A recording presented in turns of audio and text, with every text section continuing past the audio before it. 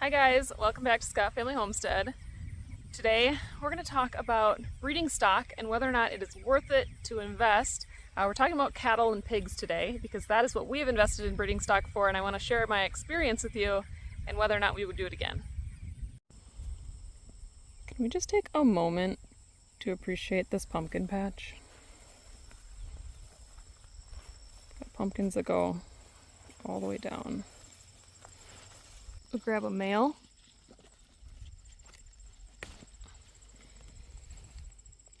Kind of a weird male flower, actually. I don't know if that's the variety. It's hard to do one-handed, but we're going to take all the petals off. Put that pollen in the female flower. It's very rainy out today, so I don't know if we'll get pollinators otherwise. And now hopefully we'll get a pumpkin out of this one. Anyways, we're growing some big ones.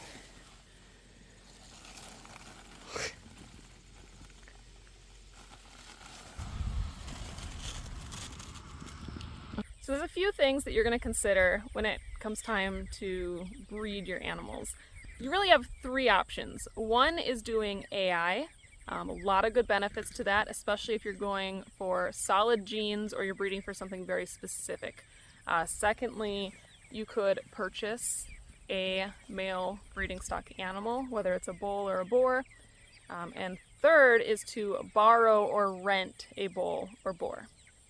Now with that one, we're not going to touch on that one a whole lot. I don't know a lot of people that do it, but it is a possible option if you know somebody who has breeding stock available. But there is a whole slew of liability and insurance issues, and I don't know how all that works or how it comes into play.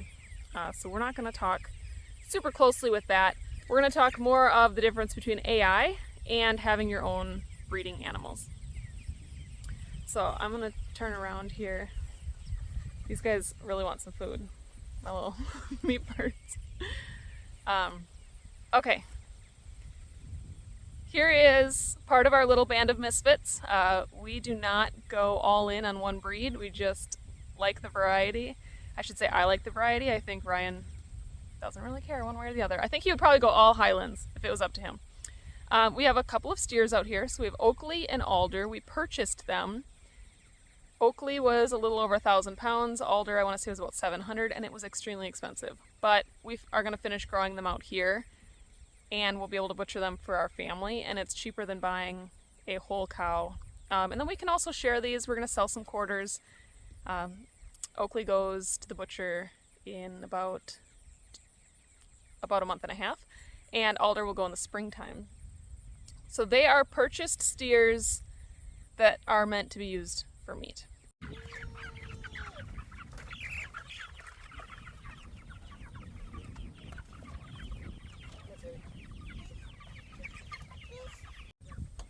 If you don't want to keep females, mama cows, or a sow, you do have the option of buying, like we did, steers and growing them out. We bought these guys pretty big, and you wouldn't have to buy them that big. But you could go that route and buy feeder pigs that you only raise out through the summer rather than having breeders. And that's absolutely an option. And for most smaller homesteads, that's probably the best option. And definitely the best way to start. Get yourself acquainted with the different breeds, decide what you like before you even get your mamas to keep on your farm. Oakley, he's going to the butcher in October, and you can tell he's really starting to fill out nicely. We are so excited to have beef. We have not had beef in years. The last several years, we have grown out turkeys and ground it in place of ground beef, and then we buy the very occasional steak. So we have been without beef for a really long time, and I miss it so much. So for us, it was worth buying a couple of steers to grow out while we wait for our breeding stock. We also have Martha out here. She's the white one back there. She is our absolute troublemaker. We bought her when she was a month old. She has been nothing but trouble since then. She is a total heifer. But we're gonna see if she calms down as a mama. And then right here, 1 year ago this week, we brought home our bull. We named him Digger, and he is a pure Highland bull. He's beautiful. He has a great temperament. He is a mid-sized breed, so he can breed both of our meat and dairy animals. Let's talk a little bit about why we decided to buy Digger instead of going AI. Now, when we got Lorelei, our milk cow, she was bred through AI, and we knew we were going to get a heifer that was pure Jersey with really great genetics. That is a huge bonus of going with AI. You can select the genes and maybe breed out some habits or traits that you do not like. For Lorelei, she has very small back teats. It makes it really hard for hand milking. So if you were going to do AI with her, you probably want to select a bull that has genes for longer teats. And then when you get your offspring, you will hopefully have something in between that kind of improves the characteristics from mom down to baby. There are so many good reasons to do AI if you are running a very strict breeding program, or if you are running a large amount of animals and you want them all bred at the same time with similar traits. Having somebody come in and AI your whole herd is very convenient versus keeping the bulls on hand. Now, for a little farm like ours, having a bull is really nice. He costs us a ton of money. This guy is not small, and he eats a ton of hay. Through the summertime, that's not such a big deal, but come wintertime, when he's eating a square bale or more a day, it ends up running a little bit more costly. So, is it worth feeding him all through the winter? We've got long winters here, short hay season, long winters. So, is it worth it in the long run? I'm going to say in our experience that yes, it is worth it, and the reason being he can breed both our dairy and our beef cows. We've got 2 beef mamas at the moment, and he is a breed that is desirable. And it helps having our cows crossed with a Highland. Number 1 is genes. We're not particular about the genes right now. We are growing out the offspring as meat, and so we are not trying to breed pure Jerseys for milk or purebred meat production. This is for our family, and a lot of people do like Highland for meat. It's going to come down to your purpose of your farm and what your goals are. For us right now, having crosses and mixes is perfectly fine. That's exactly what we're going for. We love, like I call them, our little misfits. We love a mixed herd, and I have no issue with that. The next thing that you really need to think about is temperament. And so with Jersey bulls, they're notorious for being aggressive. We would never have a Jersey bull just because it is danger to have certain breeds when you have little kids. Now, we don't go in this pasture with him, and our kids don't. And so we're not super worried about that, but he is super gentle. You can scratch the fur on the front of his face. He's gonna come up here. We feed him grass right at the fence. Oh, he's got flies today. And we don't have any issues with behavior with him, but we always keep a fence between us. We are not going in there with him. The kids are not going in there with him. But you still don't want a super aggressive bull or one that's busting fences often. That's also a problem.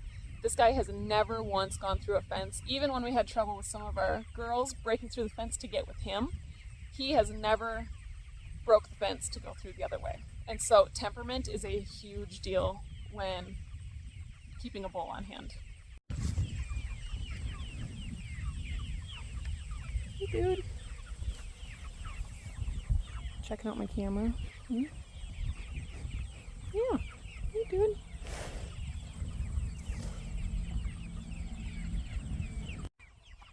We have now had 2 babies come from Digger, and so one was mixed with our lowline Angus and one with our Jersey. So let me go show you our newest baby, our little Jersey Highland mix, and then we'll go down and talk about the pigs and show you our boar. Now, Highlands are sometimes used as milk animals, especially in the far north, because they're such a hardy breed, and they do have decent milk production.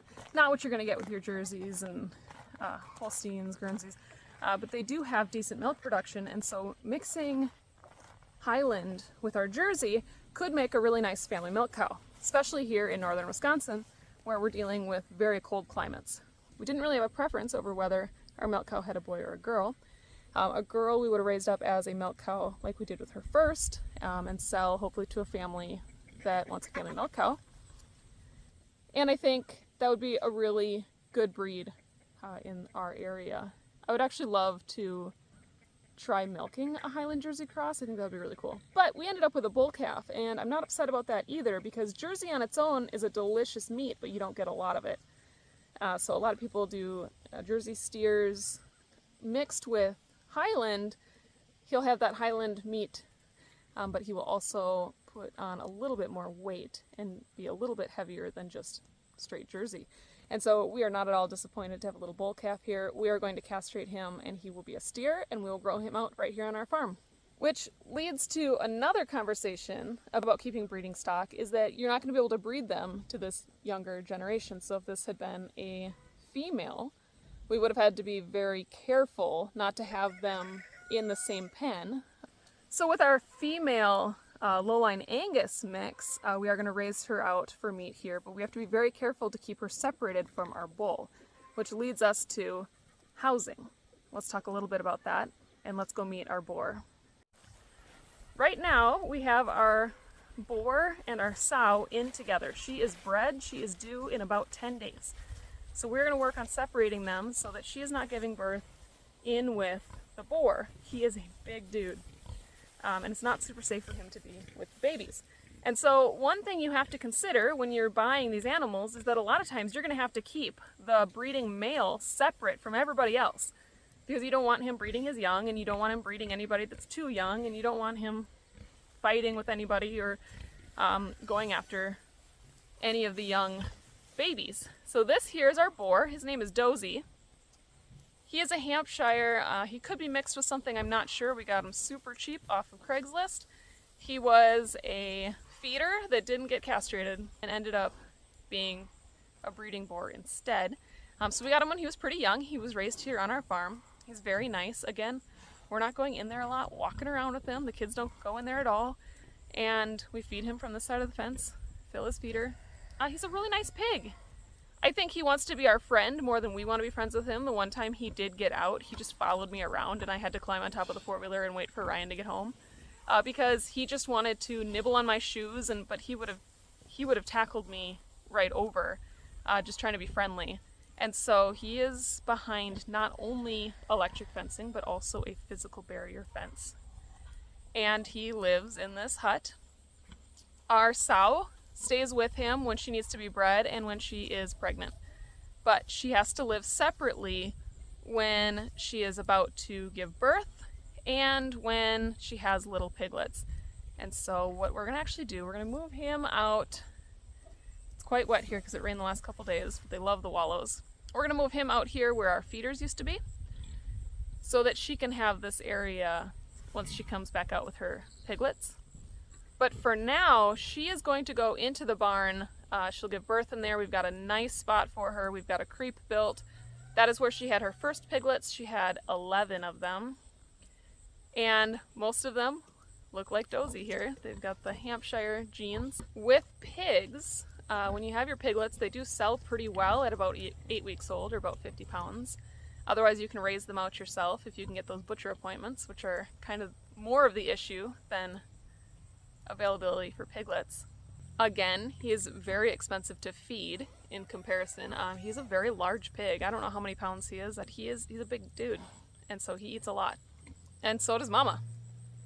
So having Mama, you can do AI on pigs as well. Again, you can choose your traits and you can do it that way. One of the issues with AI with both cattle and pigs is sometimes it doesn't take right away and you have to do it more than once. And so your breeding windows can be a little bit off. With Digger, when we have put females in with him, he has covered them and bred them within like a week or two every time. As soon as they came into heat, he took care of the job, and we've had babies arrive even earlier than we expected because of how quickly he covered them. Same thing with Dozy. Very, very good coverage that you don't necessarily get with AI. You might have to have your AI tech or your vet or whoever's doing it, or maybe you do it yourself. You might have to do it several times. You'll see your animals come back into heat, and so that's not ideal, whereas keeping them in with breeding stock can be pretty quick. We haven't settled on a name. The boys really wanted to name him Cedar. We're doing tree themes this year. But I really, really love Douglas for Douglas fir. And then we'll have Douglas and Digger will be our two Highlands. So I'm pushing for Doug. We'll see. But he's got that long Highland hair from birth. And you can see that he has a spot for his horns to come in. It'll be really interesting to see. I think he's going to have the standard Highland horns. We're going to let him keep them. And he's going to be mama raised here. We calf share. It's just a choice that we make here on our farm to make travel possible. I'll probably talk about that in a video another time about why we choose to calf share. But very excited to see him. He's got that classic Highland brown color. His sister, maybe we can run over there and show her off too, half sister, the Lowline, she has more of a grayed out coat. It's just beautiful. She will also be raised out for meat, which is tough. That's a tough decision to make because she's absolutely beautiful and would probably be worth some money. But ultimately, they are here to be part of our breeding program so that we can grow beef. They are slower growing breeds, and so we'll probably grow them out for 2.5 to 3 years. We'll just have to see how it goes. We're just gonna kind of watch their size and see where we end up and make a decision from there. So let me show you this little guy closer up. All right, I've only got the ladies out in this pasture, so I can walk right out here. Turn the electric off. We've got it all on solar. I'm gonna come out here and show you mama and baby. So we've got our Lowline Angus, and she is probably around 7 years old. She's had several babies, and she's a great mama. So we bought her with Martha, the white cow, White Park mix. That's gonna be our other mama. And she had her baby right out in this field, unassisted, did a great job, takes good care of her babies. And so she was a valuable asset to purchase. And we got her before cattle prices went really crazy. And so very, very happy with her. I'm not sure how long we'll breed her for, but so far she's doing great. No complaints whatsoever. And look at this beautiful baby she gave us. Try not to scare her away. There she is. That is Magnolia. So she's a combination of the black cow right here and our Highland. Let's see if I can get a little bit closer to her. And then we have Rory. She is just a beautiful purebred Jersey, registerable. We haven't registered her yet. You can see she doesn't have an ear tag. But just awesome genetics. You can tell she's already even better than her mama, better teats. And she will be bred pretty soon to our Highland as well. And then Suki, mama, will be bred back in about a month. So she can have a spring or summer baby next year.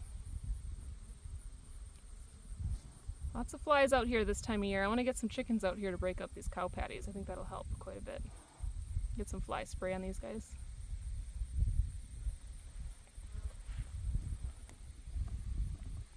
Look at that beauty. She's definitely getting her Highland hair, and her mom is polled, meaning she does not have horns genetically. So we're not seeing any signs of horns on Maggie, but we will have to see. Not 100% sure yet on that one. She's got that just unruly mess of hair on the top of her head. I love it. Such a beautiful color. So those are our ladies out in this field. Since we want both of these two to be bred pretty soon here, we'll probably end up bringing the bull out and just putting him in with them rather than doing a whole shuffle. It's going to be easiest just to put him out here. This is our new pasture that we just finished fencing. Probably recognize a lot of these names as Gilmore Girl names. So we've got Lorelei, Rory, Suki, Dozy. Those are all 2023 animals, ones that we've acquired on our farm in 2023. And then our new animals are all tree names. So we have alder, Oakley, magnolia, Douglas. And it's just a way for us to keep track of what year we got different animals. Makes it a little bit easier to keep track. I would love for Magnolia to be one of our mama cows, but because she is related to the bull, it's just not a possibility.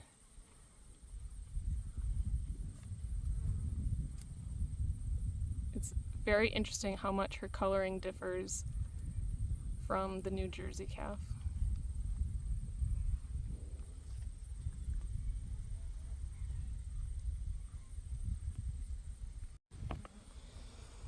This girl is friendly, but she needs to be halter trained if she's going to be a good milk cow. Probably should have done it when she was younger, but soon we'll be halter training.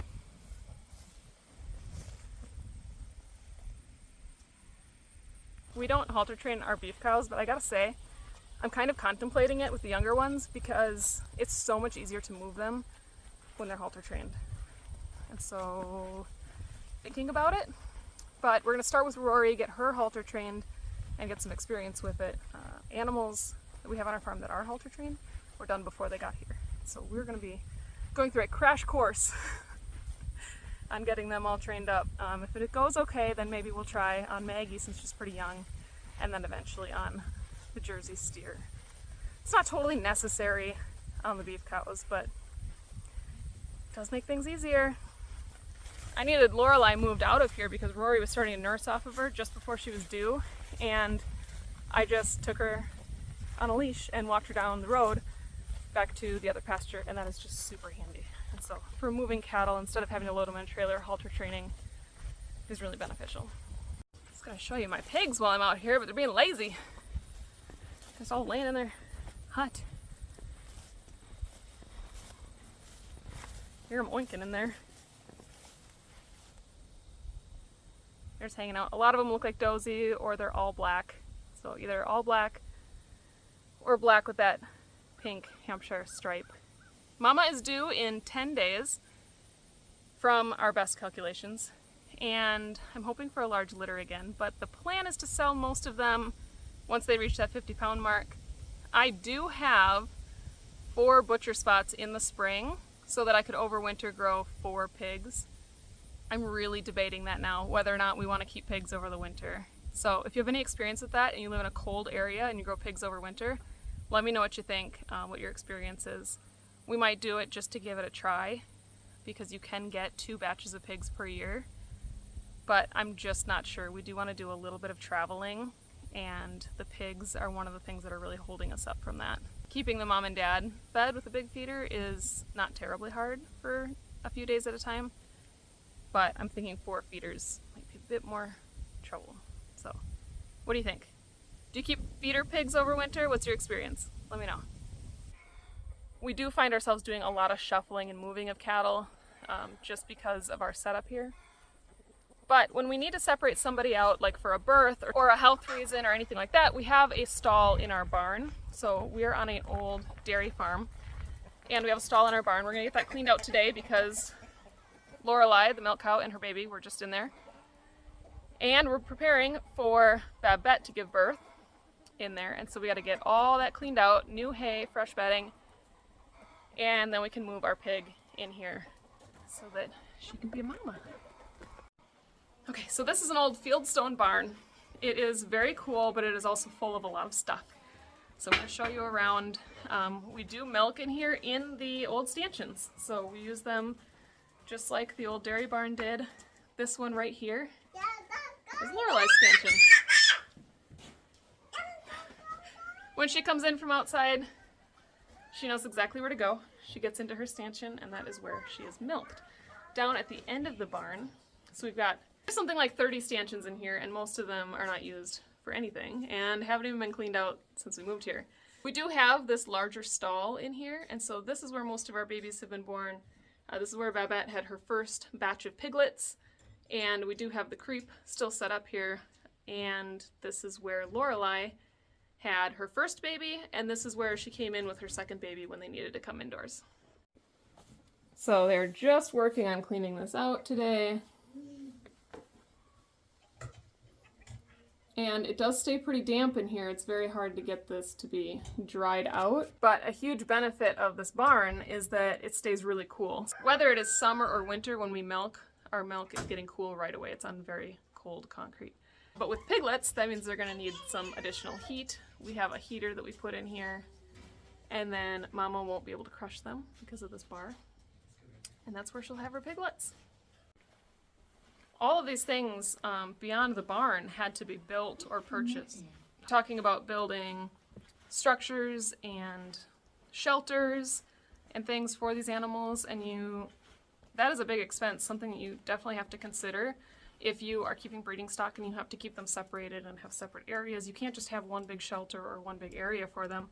You're gonna have to have not only pasture, but possibly separate structures as well. All of that comes at a cost. So it's not just the cost of purchasing the animal and feeding the animal, but also housing the animal as well. So there's an aspect to this that I generally don't talk about because I get accused of being a prepper, but there is a sustainability aspect of keeping breeding stock, and that is just being able to do everything on your property and not relying on anybody else for anything. And that often leads into a whole prepper mindset, fear, preparing for the end of the world type conversation, and it really doesn't have to. Sometimes it is just nicer having what you need and not having to rely on anybody else. Being able to be very flexible in your plans. We don't have to breed all of our girls at the same time or have somebody continually coming out here. We have one bull and we move him around to do his job when we need him to. Same with the pigs, being able to get feeder pigs and not having to rely on anybody else providing them for you or getting the correct breed or exactly what you want, or finding somebody with the same holistic values as you and growing them out as such. If that's important to you, that can be harder to find. Having your own gives you a huge sustainability advantage, and being able to breed animals on your timeline and do as you please, there's something to be said about that. I would never say that out of a place of fear, but I do like having systems in place where we are sustainable and able to have everything we need on our farm to keep everything going. Is breeding stock worth it? For us, we decided that yes, it is. We keep our mamas and we keep our daddies. We've got housing for them and we can separate them. We can put them together to breed. We run 3 separate pastures so that we can organize this, and we have shelters available to them. Secondly, we have considered temperament, and we have chosen the animals that we keep here on our farm for that. And last, cost. No, we are not turning the best profit by keeping breeding stock ourselves, but there's something to be said about keeping animals and having your own sustainable herd. So is it worth it for you and your farm? You definitely have to consider a lot of things, and I'd like to hear from you, so go ahead and leave a comment. And what breeds do you keep on your homestead or your farm? Are you more of a purebred breeder, or do you like the crosses and mixes like we've got going on here? Thank you for hanging out with me today. If you haven't already, please subscribe. I'm so happy that all of you are here. We've got so many different topics that we're covering. So many things that we have learned over the past several years of homesteading and farming here in Wisconsin, and we would love to have you following along. Thanks for watching, and I'll catch you on the next one. Bye, guys.